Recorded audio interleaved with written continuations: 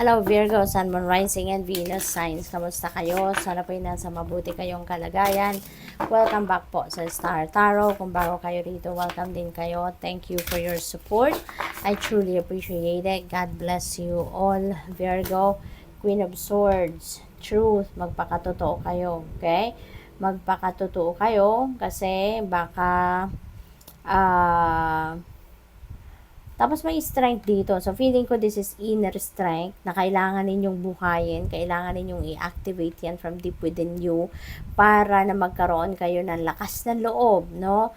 Na gawin ang mga ambisyon ninyo, na makapag-effort kayo na gawin ang kung ano man ang nararapat ninyong gawin para marating ninyo yung mga ambisyon ninyo sa buhay. At isa pa, activate your inner strength in order for you to express your truth. Okay? So, kailangan ninyo ito. Okay? Maging totoo kayo sa sarili mo, maging matapang ka na i-express, no? Kung ano man ang mga laman ng isip at ng damdamin ninyo. Alright? We have Queen of Wands. Ayan. So, si Queen of Wands, This is, someone na,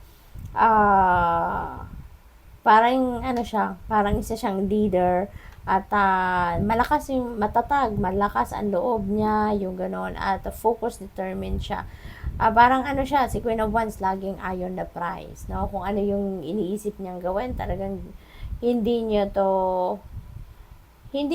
ito mamaya-maya na or ipapabukas pa. Talagang she's going to do anything and everything in her power para mangyari na, no? Kung ano man ang gusto niyang mangyari, yung gano'n. So, malakas ang loob, so maaring ito yung i-embody ninyo sa ngayon, no? Kung meron kayong ini-envision para sa sarili ninyo, hindi na kayo magdadalawang isip, you're going to focus on that and you're going to take action hanggang sa ma-achieve ninyo ito, no? So, pwede rin ang iba sa inyo rito, baka isa na kayong manager, leader, or pwede rin na kayo ay mapopromote na into a leadership role, no? Five of Pentacles, ayan. So, may problema siguro ang iba sa inyo dito, Virgo, pagdating sa pera. Baka meron kayong mga kailangang pagkagastusan but you don't have enough money or maybe wala talagang pera. So, this could signify financial struggles and financial hardship, no? Pwedeng ganon. So, but this is 5, no? Huwag kayong mag-alala. This is 5, this is going to change. No, magbabago ang inyong sitwasyon.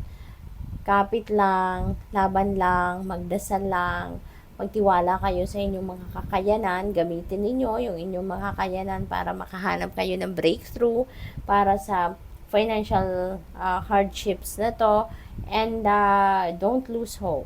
Okay? Huwag kayo mawawala ng pag-asa. Always remember na God provides, no? Because God is the source of all our supplies sa buhay. Kaya magtiwala kayo na God will provide, no? At saka hindi lang tayo uupo sa isang tabi at magdadasal na lang tayo at magdadasal, di ba? Habang tayo nagdadasal, kailangan din na mag-take action talaga tayo, mag-isip tayo, dumiskarte tayo, no? Para lapitan tayo ng swerte, lapitan tayo ng solusyon, no? Sa ating mga problema. We have High Priestess, ayan. So, may mga divine guidance na pinapadala sa inyo ng Divine Universe and maaaring that is related to this, no? So, siguro ngayon, kailangan mo talaga, or siguro nagdadasal din talaga kayo for guidance, kaya, ayan, binibigyan na kayo ng guidance ng Panginoon, okay? And that is through your intuition. So, tawag dito, magdasal kayo, at para na ma-pick up ninyo din kung ano yung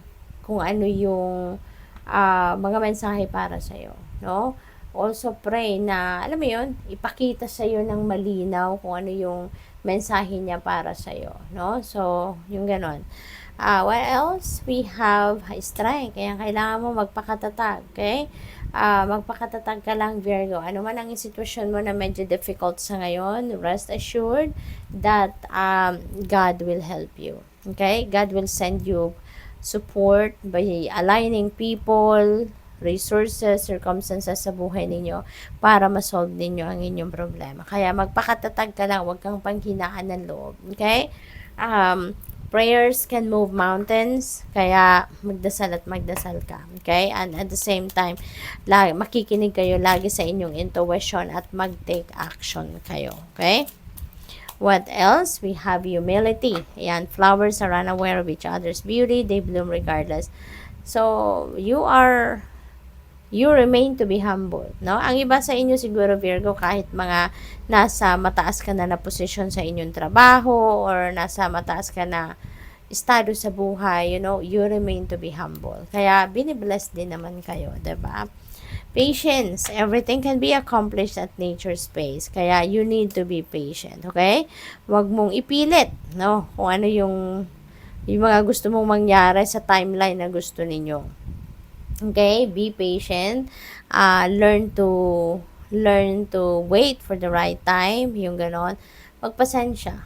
Okay? Kasi always remember that everything happens in divine's order and timing. Diba? Kaya kahit ano man ang gawin natin, diba? Kung hindi pa ukol, hindi bubukol. And that we need to be patient. Journey, branch out to the new worlds. Ayan. So, may travel na kailangan gawin. Kayo, Virgo. Maybe, baka yung travel na to could be related to new opportunities. Pwedeng related sa pagkakaperahan. Baka related sa trabaho, career, negosyo, investment, or baka side hustle, mga racket, yung mga gano'n. No? Kaya good luck sa'yo. Thank you for watching. Love and light. Namaste.